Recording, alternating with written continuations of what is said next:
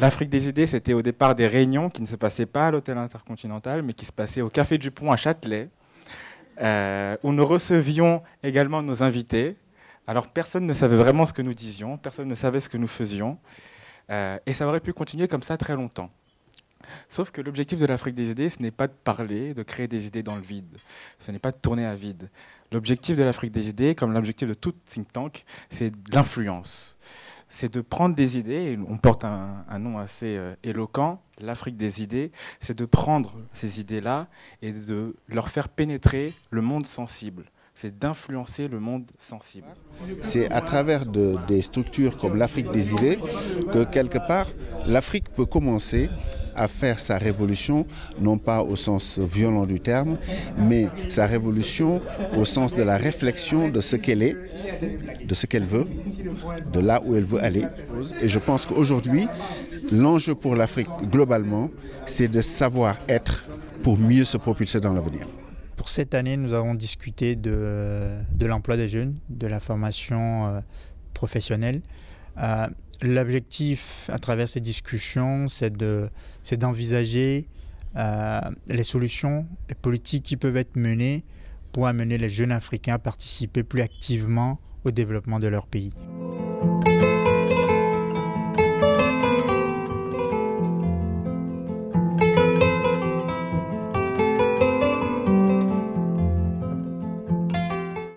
J'ai eu le plaisir et l'honneur d'être invité par les organisateurs de ce dîner de l'Afrique des idées pour échanger sur la question des compétences, sur la question de la formation des cadres et managers africains. Alors je suis ici ce soir parce que je trouve que la plus belle idée qu'a eu l'Afrique des idées, c'est de créer l'Afrique des idées. J'ai été très séduit par cette initiative, et d'autant que c'est une initiative qui s'accompagne de l'action.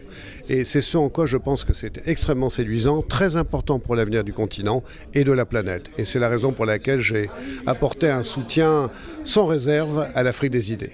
Moi, mon sentiment est que l'Afrique des idées est une excellente organisation qui a été en grande partie créée par mon ancien boursier, Nicolas Simel Ndiaye, le Sénégalais, ancien de Louis le Grand d'HEC et de Sciences Po, et je partage tout à fait les idées de l'Afrique des idées.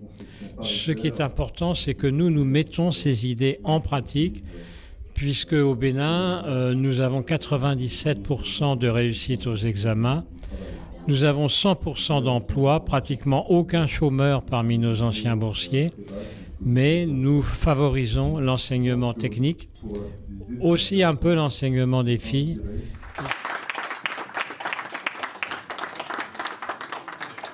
C'est à la fois un défi, mais également une aventure assez passionnante, parce que c'est pour la première fois, depuis tant d'années, que des jeunes se sont rassemblés sans rien demander en retour, pour proposer, pour être force de proposition vis-à-vis des décideurs politiques en Afrique.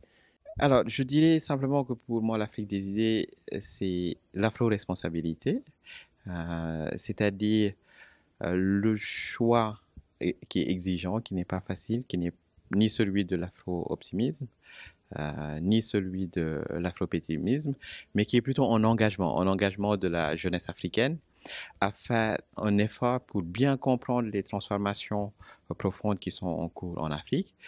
C'est un engagement à s'approprier le discours sur l'Afrique, à penser l'Afrique de manière exigeante et à imaginer des futurs possibles, à imaginer des métaphores du futur, comme dirait Felwine Sarr, et à faire en sorte, à travers des actes concrets, à faire en sorte de faire advenir cette Afrique que nous voulons, cette Afrique d'une croissance partagée, cette Afrique dans laquelle la jeunesse joue un rôle absolument moteur de transformation de nos économies et de nos sociétés. Et donc, il est important de trouver des méthodes de financement d'une part, mais également d'implication des acteurs économiques dans la constitution des parcours de formation. Alors ça peut être, comme on a en France, l'apprentissage, des dispositifs qui favorisent la formation continue. Il y a différentes pistes et une des pistes à creuser de mon point de vue, c'est les partenariats publics-privés privée entre les pouvoirs publics d'un côté et puis les établissements d'enseignement supérieur français et des grandes entreprises africaines. Pour moi, les grandes institutions d'enseignement supérieur français ont un rôle majeur à jouer. C'est pourquoi l'ESSEC a choisi de s'installer au Maroc avec le même diplôme, avec les mêmes exigences, avec l'ambition de former des cadres africains en Afrique pour l'Afrique, avec cette idée qu'on peut vivre en Afrique, étudier en Afrique et réussir en Afrique. Il est vrai que le thème choisi ce soir de la formation et de l'emploi est un thème déterminant pour l'avenir. Il est vrai que de gros efforts doivent être faits. Il y a des attentes de la part des Africains pour avoir bénéficié de formation afin de pouvoir accéder à des emplois. Aujourd'hui, la croissance démographique très importante de la population nécessite de la même façon de très importants efforts de la part des États, peut-être aussi des contributions des entreprises, afin de parvenir à pouvoir donner aux Africaines et aux Africains qui l'attendent une formation pouvant leur permettre de développer des emplois. Dire aujourd'hui que l'Afrique a une croissance de 5%, 6% ou 7%, en fait, quelque part, les choses se passent comme si on avance dans un univers qui est faux. Tout le monde sait que c'est faux, mais tout le monde fait semblant. Pour la bonne et simple raison que l'essentiel quand même des gens qui travaillent en Afrique travaillent dans un secteur qui n'est pas répertorié. Et donc, mon idée, en tout cas ce que je voulais partager, c'était qu'il était vraiment nécessaire de réfléchir à partir des insuffisances, entre guillemets, des États qui ne peuvent pas tout faire, mais aussi de la prise en compte, je dirais, de ce secteur informel à travers des syndicats qui existent, etc., de voir comment finalement créer un écosystème qui réussit à intégrer, entre guillemets, intégrer, c'est pas exactement le mot, mais prendre en compte de manière positive ce secteur qui existe et qui est une émanation, je dirais, socio-culturelle quelque part de l'univers africain par rapport même à la notion de travail. Je crois que cet élément est très important. À chaque fois que je vais en Afrique, et Madagascar n'échappe pas malheureusement à cette remarque, je vois trop de jeunesse dans la rue qui ne travaille pas. Je vois trop de jeunesse qui n'est pas employée, je vois trop de jeunesse qui n'est quelquefois pas à l'école. Je vois une jeunesse qui est malheureusement des générations qui ont été dites par beaucoup d'observateurs comme des générations pratiquement perdues. Et ça, c'est dramatique. Quand on voit la force de l'Afrique, son formidable capital qui est le capital humain, qui est certainement la plus belle richesse qu'est l'Afrique en plus de ses ressources naturelles, qui est le capital de ces enfants, de ces femmes et de ces hommes absolument unique au monde, qui représentera bientôt 40% de la population du monde, quand en Europe on ne sera plus que 4%. C'est cette grande richesse qu'il faut absolument soigner. Cette grande richesse, quand on a une jolie maison, il faut l'entretenir. Quand on a une si belle jeunesse, il faut aussi savoir la promouvoir, il faut savoir la préserver, il faut savoir la motiver. Et c'est certain qu'il y a en cette matière de considérables efforts à faire en Afrique, d'abord par les Africains, les dirigeants politiques, mais certainement avec des partenariats avec le reste du monde. L'Afrique des idées, réalisation et horizon. Sacré programme.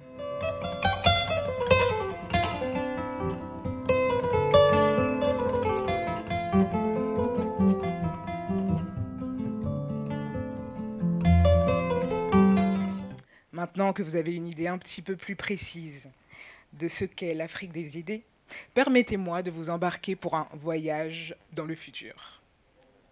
Laissez-moi vous inviter à visualiser avec nous ce à quoi ressemble pour nous l'Afrique des idées que nous voulons. Nous sommes le mercredi 5 juin 2030. L'Afrique des idées organise son 13e dîner des partenaires. La salle est comble. Et l'effervescence se fait sentir. Si, je vous assure.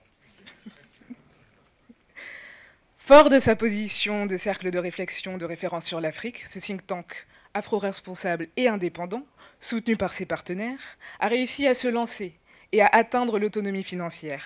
Il dispose de bureaux locaux dans 50% des pays africains, aussi bien anglophones que francophones.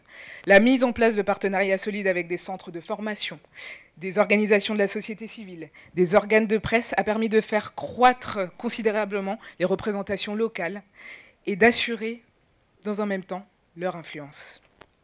Mais ce n'est pas tout. L'Afrique des idées a noué des partenariats stratégiques avec d'autres cercles de réflexion sur l'Afrique et autres, d'ailleurs, des institutions internationales, des administrations publiques ou non, et a donc largement accru la portée des idées produites et leurs impacts. Les talents de l'Afrique des idées, présents dans le vivier, bénéficient quant à eux d'une visibilité optimale, qui permet de faciliter leur insertion sur le milieu du travail. La production de contenu, quant à elle, s'est accrue de manière exponentielle, aussi bien en termes de qualité qu'en termes de quantité. L'ADI est à la pointe de l'innovation en termes de recommandations de politique publique, de format et de type de production. L'expertise de l'Afrique des idées est sollicitée partout à travers le continent, même au niveau international, et notamment par bon nombre de décideurs africains. Sa crédibilité et sa philosophie sont d'ailleurs ce qui a séduit la soixantaine de personnalités de haut rang, donc africaines mais aussi intéressées par l'Afrique, qui ont choisi et voulu s'exprimer à travers notre site internet, à travers des tribunes. En interne, les idées et les débats foisonnent, tandis qu'une communauté intellectuelle d'une densité sans précédent s'est construite au-delà des frontières. C'est notamment grâce à la création d'un réseau social interne et justement aussi à l'optimisation et à l'utilisation des divers réseaux sociaux à notre disposition. La chaîne YouTube de l'Afrique des idées est dédiée à la dissémination de ses études, à la rediffusion des conférences organisées à travers le continent, compte aujourd'hui 100 000 abonnés. Sa réputation n'est plus à faire. Et plus qu'un laboratoire d'idées, l'Afrique des idées est devenue un catalyseur d'actions concrètes, un véritable soutien pour les entrepreneurs. Elle a activement contribué à développer des compétences grâce à l'institution notamment d'un certificat d'analyse des politiques publiques, grâce à l'octroi de bourses pour des jeunes professionnels, mais aussi de formation en interne pour les membres actifs. Nous sommes donc en 2030 et l'Afrique des idées, encore et toujours portée par la jeunesse, va bientôt avoir 20 ans. Elle peut être fière du combat qu'elle a mené. Elle peut être fière du chemin qu'elle a parcouru. Elle peut être fière aussi des talents qu'elle a révélés. Et surtout, elle peut être fière des valeurs qu'elle a contribué à remettre en avant. C'est sur ces belles paroles que je vais vous proposer de revenir avec nous, ici, en 2018. Voilà, c'était un beau voyage, j'espère que vous en avez bien profité.